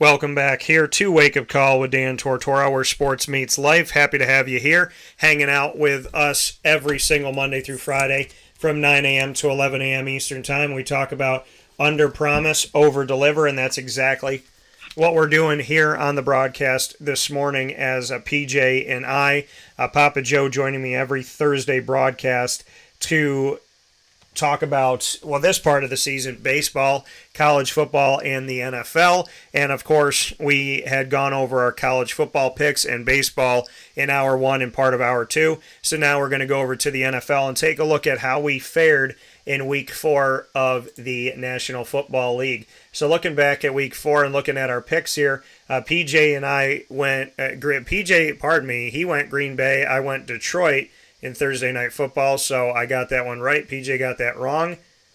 The first London game of the season, we went Jacksonville. We both got that one right. Buffalo defeated Miami in a high-scoring game. Miami won 70-20 over the Broncos a week before. Buffalo beat Miami 48-20. So if this is how it goes, if you hold a team to 20, then you score 20, then that means if we follow the pattern, Buffalo will score 20 and Jacksonville will just have to beat it. If that's the pattern. So the other side of it too is some people said that Miami got all their scoring out of the way in that game against Denver, so then they scored less. So maybe Buffalo did that in scoring almost 50. We shall see. Denver beat Chicago in the battle of two teams that could be fighting for the number one pick. So we both got that one wrong. We picked Chicago. And then Baltimore over Cleveland, we got that one right. They had little to no issue, 28-3. Tennessee over Cincinnati. We thought Cincinnati would be better. Cincinnati has looked rough. But, again, like I told everybody, Joe Burrow, if he's not playing at 100%, you cannot expect him to be the Joe Burrow that you know. And that is the issue of rushing guys back. Joey said Bulldogs are going to smoke Kentucky is what Joey said here. So he didn't like our pick, and he told PJ that PJ should have some more faith in the Gators. So the Rams defeating the Colts in overtime. We both picked the Rams in that game, so we got that one correct. Next one up here, Tampa Bay defeated New Orleans. We had Tampa Bay defeating New Orleans, so we got that one right. Philadelphia beats Washington in overtime 34-31. We both had Philly to stay undefeated. Minnesota over Carolina. We had that game as well, 21-13. My number and my grandpa's number. Shout out to Pop Cavino. Pittsburgh lost to the Houston Texans. Houston with another victory, and Pittsburgh with another loss. Houston looking pretty good under C.J. Stroud, and Pitt looking pretty terrible. The Chargers defeated the Raiders, so we got that one wrong. And then the Dallas Cowboys smoked the Patriots, and former running back Zeke Elliott did not do much in that game. San Fran defeated Arizona, so we got that one right as well. Kansas City defeating the Jets barely 23-20 on a very questionable defensive holding call. And Seattle smokes the Giants as the Giants, I think the remedy for the Giants is just for them to never play at home again. Never play in MetLife. Because at MetLife this season, just to let y'all know, I want to let you know, the Giants at home this season, they played 2 games at home, and in those 2 games, they've been outscored by a combined score of 64-3. So the Giants should just stop playing at home, and maybe they'll win some more games. PJ, 1, 2, 3, 4, 5, 6, 7, 8, 9, 10, 11. PJ goes 11-5 this past week in our predictions for NFL Week 4, and I go 12-4. So PJ and I staying nice here in our NFL predictions. Got some good records going on here. So PJ once again going 11-5, and my record of 12-4 coming off of Week 4 here. And now it's time to make our Week 5 picks, PJ. Let me bring you right into the Week 5, and we'll finish off talking about the Jaguars. Thursday night football happening tonight. Chicago Bears at the Washington Commanders. What do you have for this one, PJ? Well, after watching Justin Fields play a little bit last week, I thought maybe he was making good headway, but no, he's not. I think Washington wins this game at home. Yeah, I'm going to go with the Commanders in this one just because of the fact that they're at home. I don't feel great about either one of these teams, but I think Washington has done some good things over these last couple seasons under Ron Rivera, so I'm going to give them the slight edge being at home. Jacksonville at Buffalo. We will swing back around to Jacksonville, but they got 2 games in London for the first time ever, back-to-back games. They've played more games in London than any of the other 31 NFL franchises. The Jaguars have played 2 this season, 1 as a road game, 1 as a home game. This is considered one of the road games they're giving up to Buffalo. Tottenham Hotspur Stadium in London is where they are. They were at Wembley last week. They won that game 23-7 over the Falcons. Now they face off against the Buffalo Bills. The Jacksonville Jaguars are back to 500 at 2-2, and the Buffalo Bills are 3-1. PJ, the Buffalo Bills have scored no less than 37 points in each of the last 3 weeks after falling 22-16 to the Jets in Week 1 on the road against that New York team at MetLife Stadium. The Jacksonville Jaguars, well, they've had a little bit different of a season. They have a sandwich that the bread is good, but the meat is bad. The bread, the Colts and the Falcons, are victories. In between those 2 slices of bread are 2 old, gray-looking pieces of bologna against the Chiefs and the Texans. Who wins this game? I think we're gonna. I think we're gonna come down to earth on this one, Daniel. I don't think that Jacksonville can stay with Buffalo. This is a game they're going to have to outscore, and I don't think they can do that. I think Buffalo's just too good right now. I hope that we're wrong because we both love our Jags, but I'm going to have to say in this matchup that to me, I'm going to have to go Buffalo because I just think that Buffalo is the better team. I think they're the more consistent scoring team. Not that Jacksonville doesn't have the talent to score, but Jacksonville has been doing this thing this season where they're not living up to their potential. So in that case, I'm going to go with PJ, and I'm going to pick the Buffalo Bills to win this matchup. But like I said, I hope that we're both wrong in this, and I hope the Jaguars do something here. Jacksonville is playing against a team in Buffalo where you're showing what you look like against the upper echelon of the AFC. How they play in this game could directly affect the entire rest of their season. This isn't the Buffalo with Nathan Peterman and Tyrod Taylor. This is the Buffalo with Josh Allen. This is the Buffalo that still believes that they can go out there and win a Super Bowl. And I don't think they're completely wrong in that respect. You got to go through teams like Kansas City, though. So we'll look at it, and we'll watch this, and we'll have fun. But I think the Buffalo Bills are going to have the edge in this matchup, seeing how they played so far and seeing how Jacksonville has not risen to have a complete 3 phases playing positively for 4 weeks. They've had 2 good games, and they've had 2 games that make you wonder what's going on offensively, and in the Houston game, what went on defensively. If they can put it all together, they can beat Buffalo. But they got to put it all together in order for that to happen. I got the Buffalo Bills. Houston and Atlanta, PJ. Atlanta hasn't played terrible. Houston's played well above what people thought they were going to do going into the season. Who wins the game? Well, C.J. Stroud is making a believer out of me. I badmouth Ohio State quarterbacks over the years because they don't play quarterback at Ohio State. I don't know what they do over there, but it seems like the players that come from quarterback do over there in Ohio State just don't play very well. But he's one that is playing well, and maybe he is playing above his capabilities. But the fact is, he's tall, he's strong, he doesn't run, which is good, and he's got a big arm. And Texas, these kids can spoil some things along the way here, and I think that because of that, and I think the way CJ is playing, I think that they deserve the nod over Atlanta here. Yeah, I mean, I think that like you said it, I'm just going to echo that. You know, I think it's pretty simple here. Houston's offense is moving better than they've moved in many years, and that is many thanks to what C.J. Stroud has been doing here. So I got to give Stroud the credit. He's been playing well. He's the best rookie quarterback of the class that we've had so far this season. He has been the class of the 2023 quarterbacks. And so I think Houston takes care of Atlanta. Their defense has been awful for a very long time.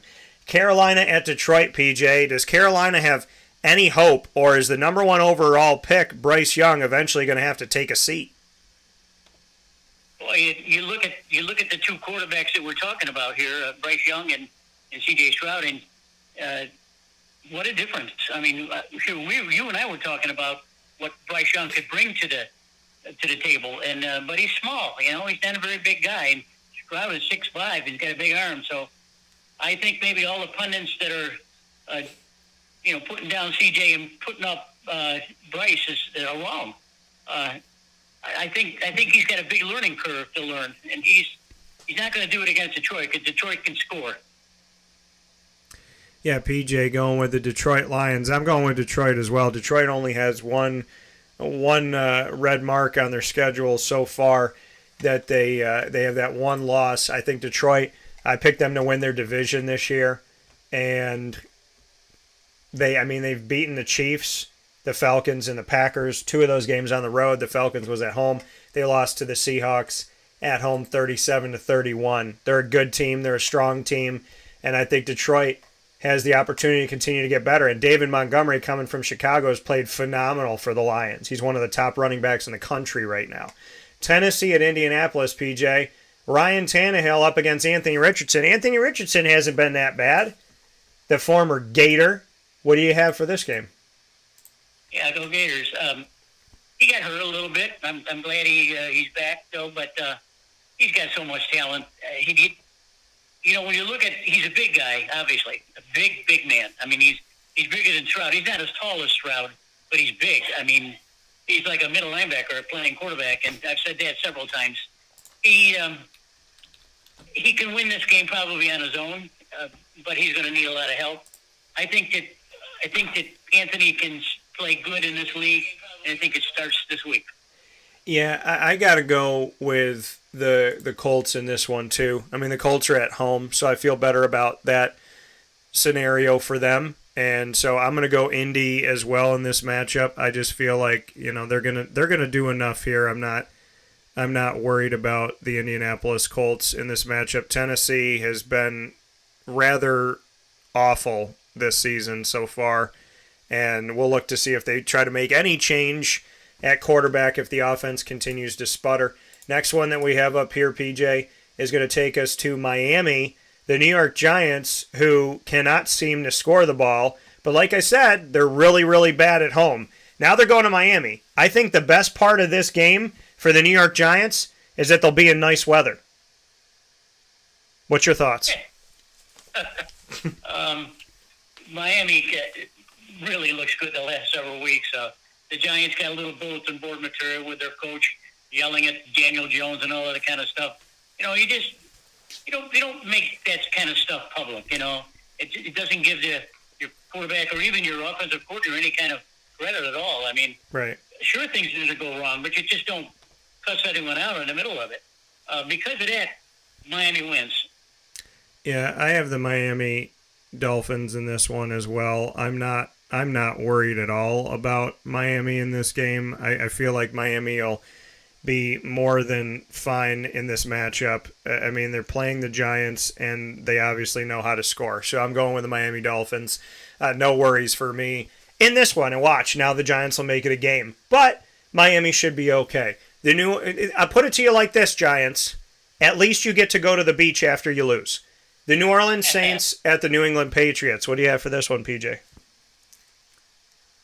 Well, New England can't be as bad as they were last week. I mean, the Grumpy Lobster Bowl captain has really got some problems over there. But I don't think it's Mac Jones. I don't, and certainly not his offensive coordinator, Bill O'Brien. I mean, O'Brien is a class guy, and for some reason, he and Mac haven't gelled this year. And I don't know what the Grumpy Lobster Bowl captain can do about it. You're not going to bench your quarterback. I don't think he'll do that. Maybe he'll get more involved with calling plays or something like that. But I think he'll keep a keen eye on Jones and O'Brien this week, and if they don't score, there may be some changes down the road. I like New England in this game at home. Well, you got to look at this too. After getting benched, we look at Bailey Zappi came out here, and we'll see what goes on from here. There was I want to look at this here for a second. After getting benched in the third quarter of that loss to the Dallas Cowboys, Patriots quarterback Mac Jones had a message for Bailey Zappi, and Jones explained that he and Zappi, who aren't perceived as having the best relationship, that they always talk on the sidelines. In this situation, handing Zappi the baton in a lopsided game, gave a piece of advice. He said, just go out and sling it. At the end of the day, we were down by a lot, so it's a tough position. So that's an end quote here. Now, the sling it thing, I'll look back in history, that's what Drew Bledsoe told Tom Brady to do, allegedly, was go out there and sling it. So, some people looking at this and saying, is this a foreshadowing? We shall see. But, the Patriots, Bailey Zappi, hey, you know what, PJ? I got some Bailey Zappi rookie cards. So if he goes out there and kicks some tail, I got something to sell at the next show. New Orleans. I'm going with New Orleans. I know you're going with New England, but I got to go with New Orleans in this one. New Orleans playing. To me, they're playing better football right now, and it's not even close. So I'm going to go with the New Orleans Saints, and they have Alvin Kamara back as well, so I think that's helpful. Baltimore at Pittsburgh, a bone bruise for Kenny Pickett, and the team has been all types of bruised as far as how they played so far. Baltimore has been playing like they want to go back to the playoffs. What do you have for this one, PJ? Pittsburgh has quarterback problems, that's for sure. I thought Pickett was the answer last year. I still think he can lead the team. But there's some undue criticism on Mike Tomlin. I don't like people to do that. Mike Tomlin is one of my favorite people, period. He's a hell of a coach. He's a good man, good Christian man. And he doesn't deserve the junk that people start dumping on him. Oh, get rid of this guy, get rid of this guy. You don't do that. You don't, not to a guy like Mike Tomlin. Yeah. Baltimore, Mike can't win this game, but he can give Kenny Pickett maybe a little bit more help. Baltimore easy. Yeah, I don't have any worry or concern about this one for the Baltimore Ravens. I have them winning this game without too much of an issue whatsoever. And I'm going to go ahead and just do this with my finger now. So I was trying to have it with a pen, but we'll go ahead and do it with my finger. Baltimore Ravens winning this matchup. Listen, Baltimore's played well. Baltimore looks like, they're playing like a playoff team. They're fighting like heck and moving the ball forward. Zay Flowers, who I think could be sleeper of the year in fantasy football, is kicking some tail. Guy I interviewed from Boston College, and I'm a big fan of. So I got the Baltimore Ravens. Pittsburgh hasn't taken care of home field, and I don't think they do in this one. Philadelphia at the Rams, PJ. Does Philly stay undefeated, or do the Rams continue to do some good things here and potentially impress? Keep in mind, Matty Stafford, a lot of people wrote him off, but man's playing pretty darn good without Cooper Kupp and no more Cam Akers. Puka Nacua, the rookie wide receiver, has been kicking tail out there and leading the country in certain categories. So what do you have for Philadelphia at the Rams? This is my star game of the week right here. This is going to be a good game. I like the Rams mainly because I think that Matthew can probably pull it through. Certain Jalen Hurts will do his good stuff like he always does. I just don't think that their defense is good enough to stop Brett Stafford.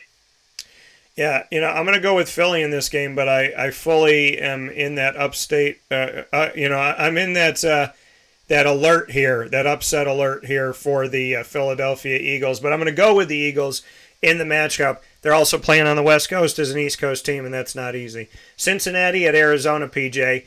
Do the Cincinnati Bengals with a non-fully healthy Joe Burrow continue to lose? What happens here? Because I feel like this is like Jacob deGrom with the Mets from a few years back. You're playing a guy who's injured. You're playing a guy who's not 100%. You're playing a guy who obviously should probably be rehabbing and getting better. So my question to you is, should they, obviously I want to know who you're picking to win the Bengals at the Cardinals game, but should Joe Burrow even be playing right now, or are they doing to Joe Burrow what the Mets did with Jacob deGrom, is continue to push an injured player until you eventually have to have him sit down for multiple weeks or the rest of the season? I just feel like we're going to get to a point with Joe Burrow where he's going to be out 3 to 5 weeks because they won't let him sit and let him rehab and let him get healthy. What are your thoughts? I'm a big Joe Burrow fan, and I think that they got to really tread lightly here. I think if they keep it simple, maybe he can't set and throw because of his bad leg, hamstring. But if they can keep it simple, swing out wide, screen passes, things like that, maybe they can go down the field and eat up the clock.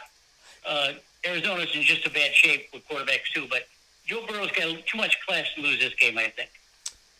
Yeah, listen, Arizona's been playing really good football in certain cases here.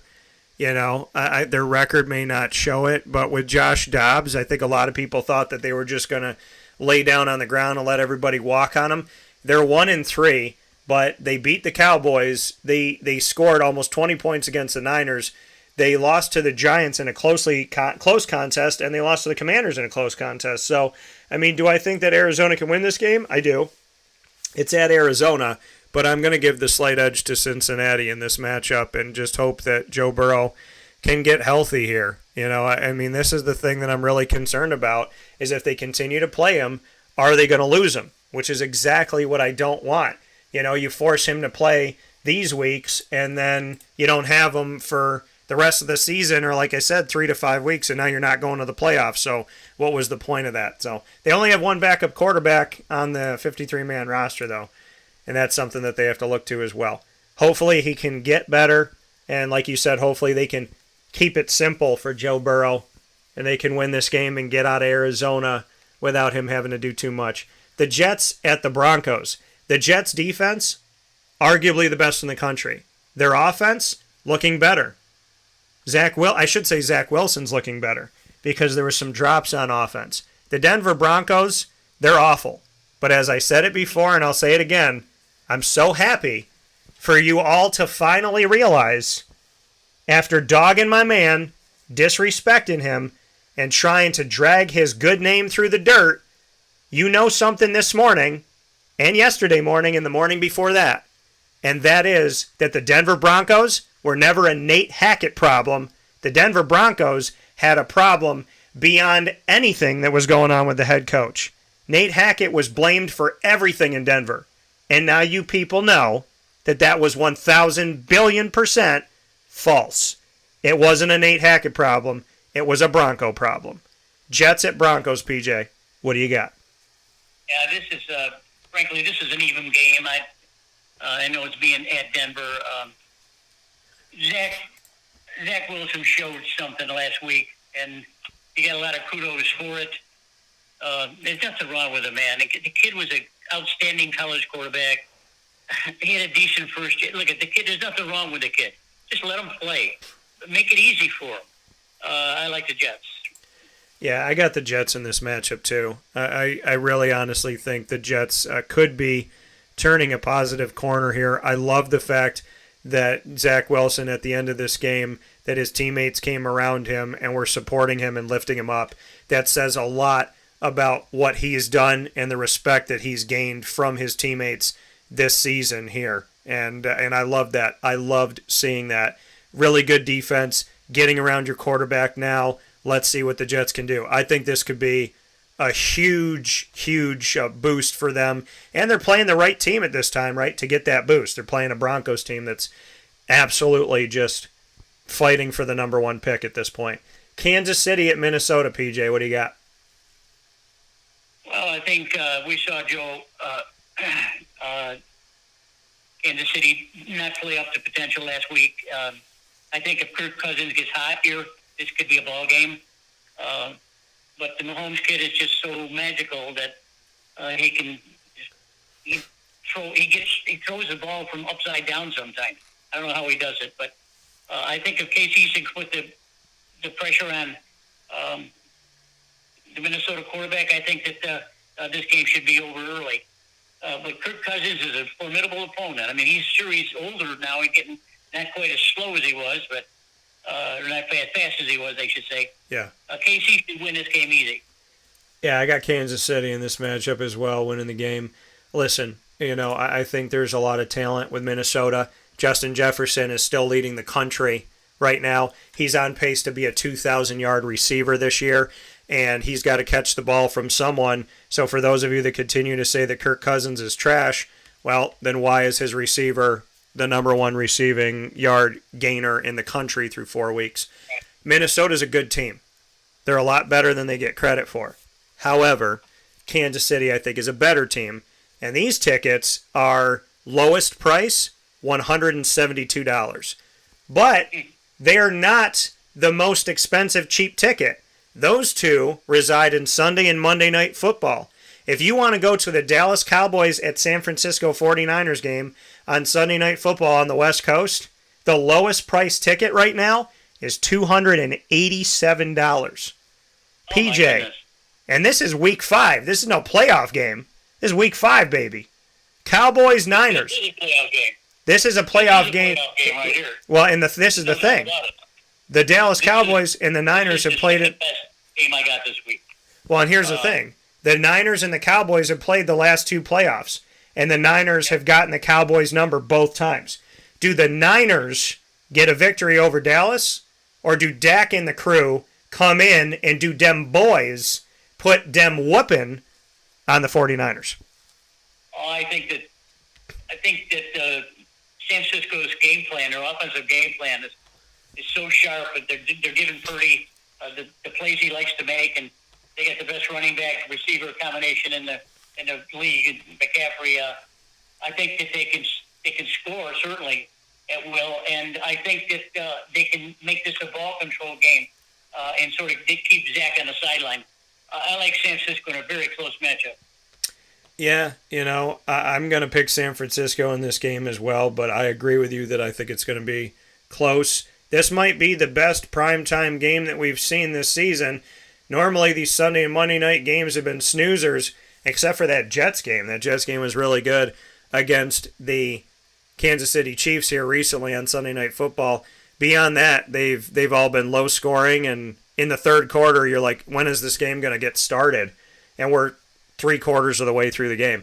San Fran and Dallas, best game that I've seen yet for prime time, and I think that this one will come down to the wire. I'm going to say 38-31, 38-35, somewhere in that region. High scoring. San Francisco gets over the Cowboys, maybe by a safety or a field goal at the end of the game.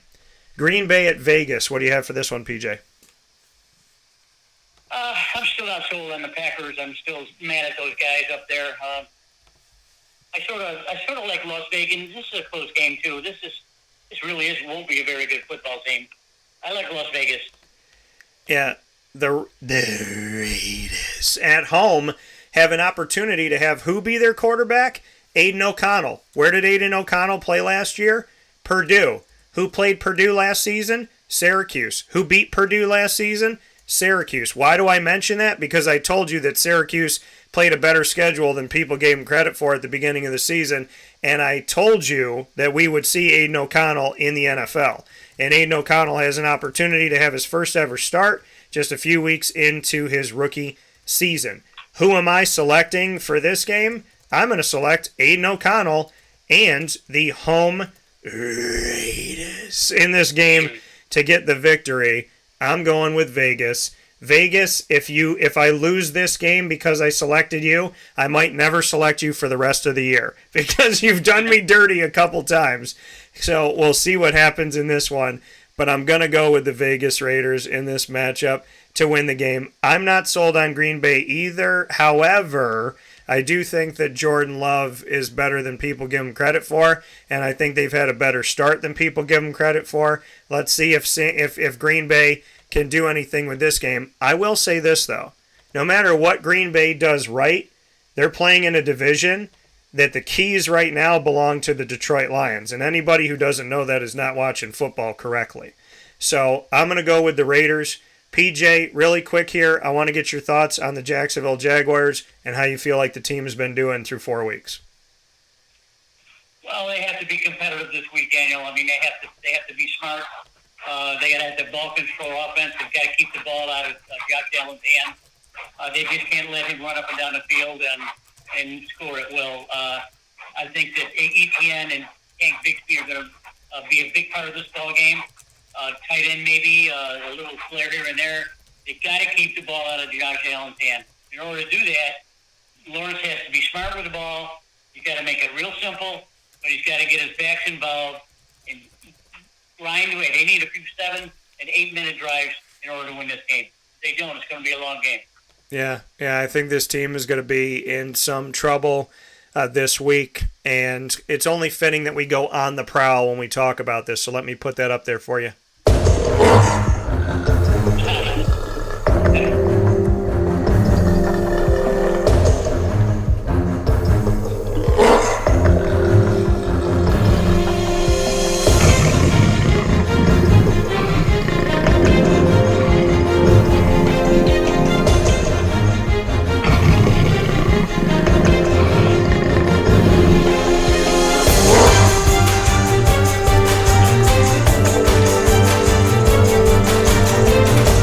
So, PJ, your catalyst for this game. Let's go offense, defense, and special teams. Who are your Jacksonville Jaguars catalysts for this matchup against the Bills in London? Offense? Offense, defense, and special teams. Okay, I think just what I said. I think Lawrence has to control the ball, control the game. They got to have long drives. They got to use Etienne and Tank Bigsby at will. Maybe carry the ball 30 times between them. Use the tight end a little bit. If he's got a shot down the field with one of his speedsters, especially Kelvin Ridley, then do it. But you got to control the clock and keep the ball out of Josh Allen's hands. In special teams, it's the same thing. If Buffalo scores at will, then someone in the special teams may have to run the ball back for good field position, maybe even bust one. That's where I see that. Defense is the two wideout guys, Josh Allen and his buddy Trevon. They got to control the game. They got to control the defense. They got to stay in their lanes. Don't let Josh Allen get outside the pocket. Just make him read. Make him read. Don't make him improvise. Because if he improvises, he's going to score at will too. So those are my three deals. Yeah, I would say for On the Prowl, my Jacksonville Jaguars coverage here on Wake Up Call with Dan Tortora. My offensive catalyst is Trevor Lawrence. He's got to make better decisions than he's made in prior weeks. He's going to have to be better in the red zone. He's going to have to be almost perfect in the red zone. They have to come away with some points, touchdowns more than field goals. So I'm going to put that on Trevor Lawrence for sure, that he's got to have better decision making.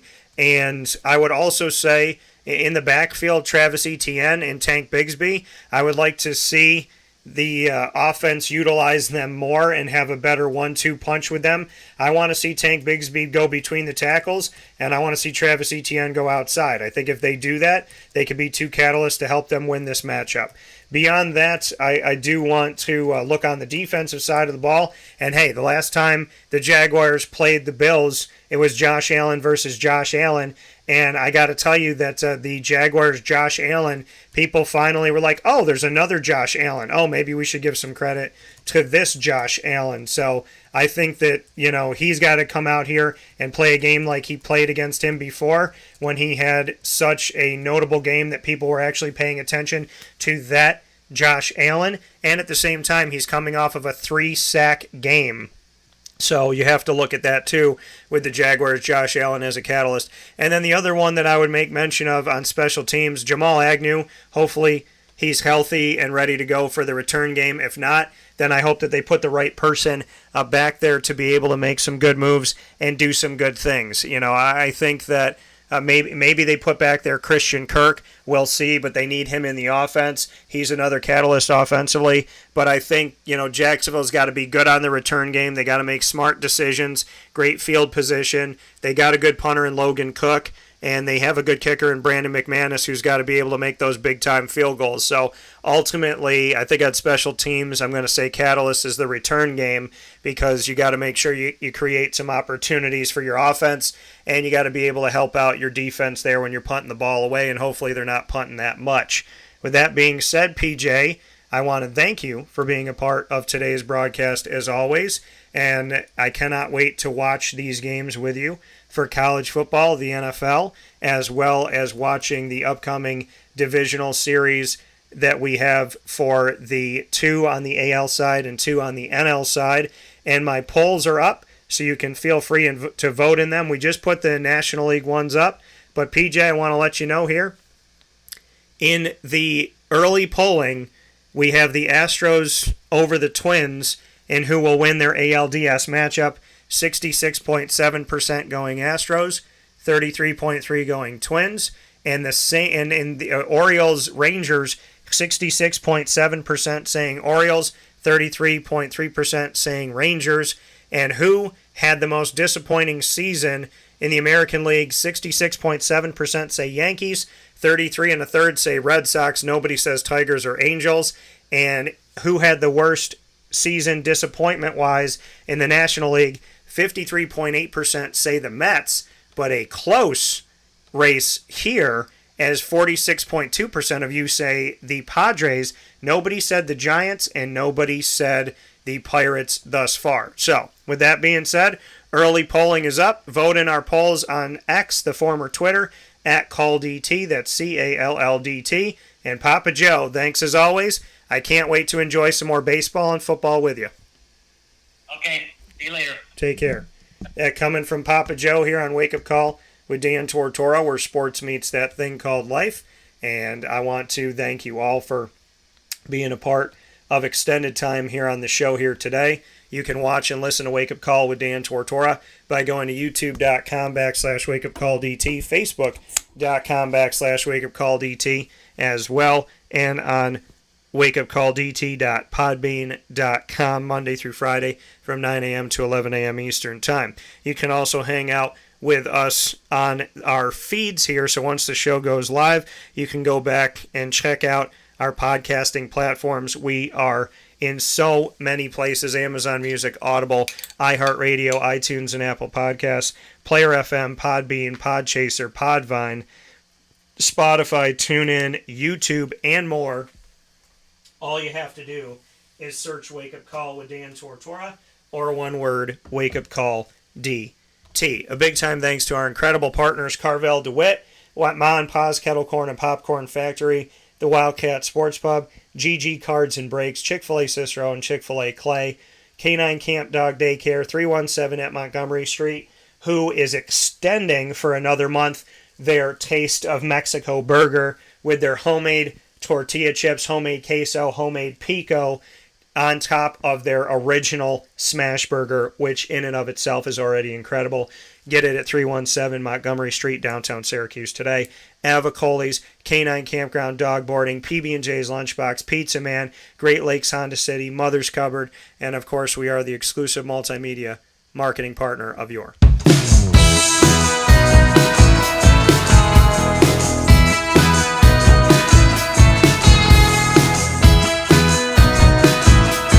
Lemoyne College Dolphins. It's Fins Up every single month on Wake Up Call, hanging out with the Dolphins where sports meets life. In our exclusive multimedia marketing partnership, you will find the Dolphins with us on Wednesdays during Dolphin Time, where I have the opportunity every first and third Wednesday for AD and DT with Athletics Director Bob Beretta and myself, Dan Tortora, speaking on pertinent topics of that month, and the Dolphin Dive, second and fourth Wednesday of each month, speaking on topics with student athletes, coaches, administration, future Dolphins, and alumni. We just had a trio of specials, under promise, over deliver, with the Lemoyne Dolphins men's soccer team coming off of their historic first ever win as a Division I program and first ever win in the NEC, the new conference that they're in Division I. You can check out all of our content by going to youtube.com/wakeupcalldt and clicking subscribe, and of course going to our playlist on our YouTube channel which says Lemoyne. You can click right on it and get our shows throughout the years, and make sure you do that today. For more information, go to LemoyneDolphins.com. As always, fins up.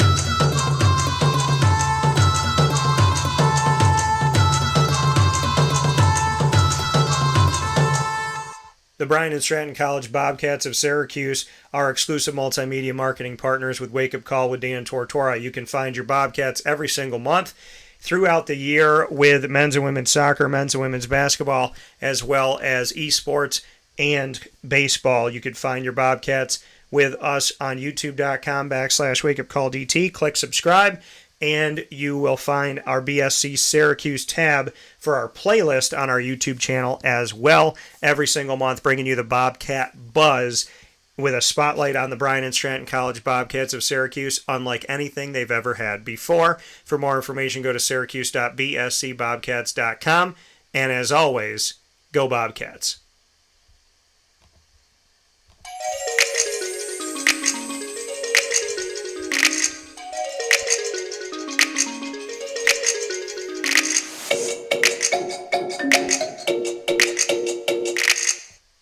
The Alfred University Saxons are exclusive multimedia marketing partners with Wake Up Call with Dan Tortora. The Saxons coming to you every single month during Saxon time on Mondays at 10:30 a.m. Eastern Time. You can find your Alfred University Saxons. So make sure you go and find them with us every Monday at 10:30 a.m. Eastern Time. First and third Monday of each month, we have the Presidential Perspective featuring the president of Alfred University, Mark Zupan, and every second and fourth Monday, bringing you Saxon Spotlight with student athletes, coaches, administration, and alumni. We have underpromised and over-delivered. In our first few months of working with the Saxons, we have done over 30 broadcasts with the Saxons and had 2 Saxon takeovers and made history with giving them their first ever media day interviews for any of their sports as we've tackled the fall so far. Find all of our content by subscribing to youtube.com/wakeupcalldt